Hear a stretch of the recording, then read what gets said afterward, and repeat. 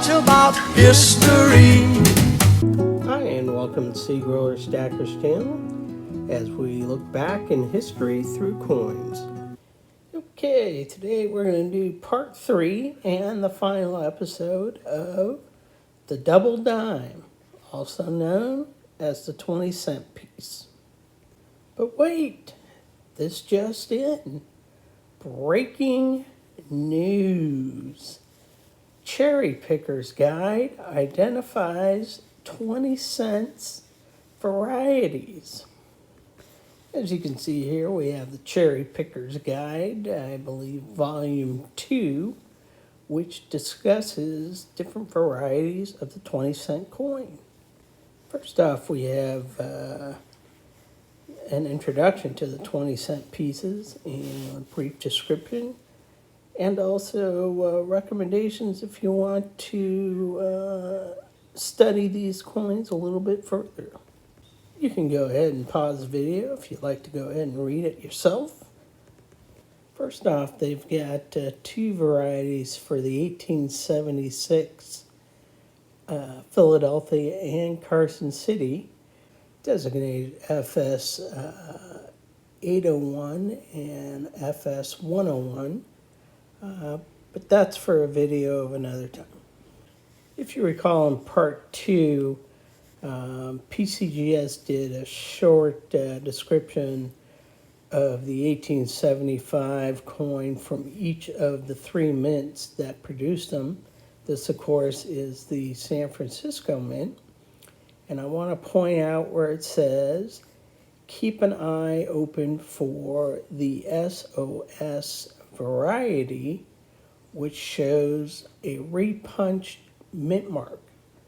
This is going to be the focus of our video today. Here you can see the Cherry Picker's Guide discusses two different varieties of the S/S repunched mint mark, and the difference between the two has to do with a misplaced date. The first variety, designated FS 301, has to do with the 8 in 1875. If you look closely here, look down in the denticles right below the 8, and you can see a mark that looks very much like the top of the 8 in the denticles. The FS 302 is similar, except for the misplaced date is visible from just below the 7, and as you can see here, it's actually the top of the number 5 that is in the denticles. For comparison's sake, let's go ahead and take a look at a clean date coin, and if you look at the denticles, there's no evidence of a misplaced date. And again, on our clean coin, if you look at the S mint mark, it's nice and clear and clean, and no evidence of a repunch. As it happens, I actually own two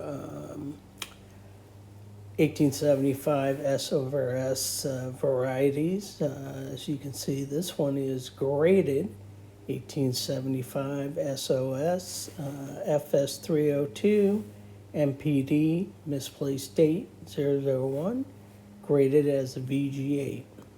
Let's go ahead and take a little bit closer look at the reverse here and see if we can't see the SOS repunched mint mark here. Let's go ahead and get a little bit closer view. And again, I apologize. This is a little harder to do with one hand on a camera and one hand on the microscope. But I think I see what they're talking about, but I think we need to get a little bit closer just to be sure. So let's go ahead and focus in a little bit better. Again, appreciate your patience here. And if you don't see it now, maybe you need glasses. I'm just kidding. Let's go ahead and focus in a little bit better and see if we can see what we're talking about here. There we go. Okay, yeah, now I see what they're talking about. If you look closely here at the top of the S towards the right, it looks like you have two serifs. So I see what they're talking about. That's what we were looking for. So that's definitely S over S. Now let's go ahead and flip her over and see if we can't see what they're talking about on the misplaced date. Okay, so again, we have 1875. And again, this is an FS302, so we're looking for the misplaced date under the number 7. And as you can see here, there definitely looks like, again, the top of the number 5 down in the denticles. So it's actually down and to the left. Now here's my raw 1875S, which I also believe to be an S over S. So let's go ahead and flip the coin over and see if we can't take a look at that S and see what it looks like. Now this coin, as you can see, is not in great shape, but hopefully the S mint mark will be clear enough to make a determination here. And it does look like I have a pretty clean S here. So let's focus in and see if we can't see if it's an S over S. So again, see Griller, you need to learn how to use this microscope a little bit faster here. Okay, so let's get in close and see what we got.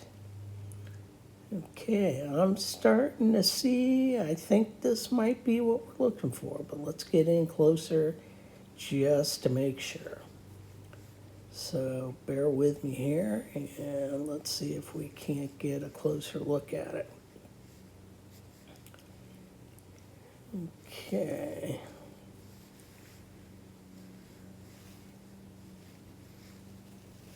I probably should have added this part out, but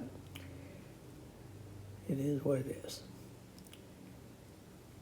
Okay, now we got a clear view, and yes, I think we have another S over S again. If you look at the top right of the S, it appears that we have two serifs.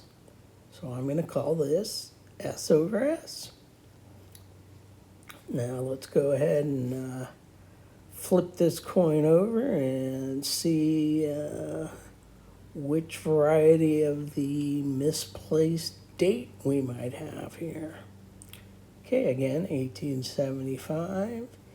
And again, this coin is in rough shape, so I don't know if we're going to see what we're looking for here. Okay, I think I'm seeing evidence that this is also an FS302. I'm looking at the denticles below the 7, and I think there is at least one clear spot here where we can see evidence of misplaced date. Yeah, and if you see right there, it looks like the top right of the number 5. So I'm going to go ahead and call this 302. Okay, since both of my samples are FS302, I was thinking, well, maybe I should look and see if there is an FS301 available. Here's one I found on eBay claiming to be an FS301. And it does look to be in nice condition, but for $350, I don't know. If we do look closely at the denticles below the date, you can clearly see that this is an FS301. The 8 appears down in the denticles, right where it should be. So it definitely is an FS301. However, the S mint mark Yeah, it's probably a repunch mark, but it's certainly not as clean as I'd like to be for $350. However, this is the only FS301 I found on eBay, so I'm wondering, should I just jump on it? FS302 didn't have a lot of options either, but there were more 302s than 301s on eBay for sale. The other option, of course, is it could just have the misplaced date without the repunched mint mark, but again, it's just not clear enough to make a determination. This got me thinking, I wonder what the survival rate is for each of these varieties. As you can see here, the 301, the survival rate is not precisely known, but it doesn't appear to be all that rare. The FS 302 apparently is in basically the same boat. It says it's relatively small population, but not exceedingly rare. So I'll go ahead and let you pause on these if you want to read about that a little bit closer. If you made it through the whole video, congratulations. What do you get? You get my heartfelt appreciation, and such is the constitution of the human mind that any kind of knowledge, if it be really such, is its own reward. And remember, yes, coin collecting can be fun, but if you're not careful, you might learn something. Again, thanks so much for watching part 3 and the final episode of my 20-cent series. Leave a comment below. Let me know, should I jump on that 301 from eBay or not?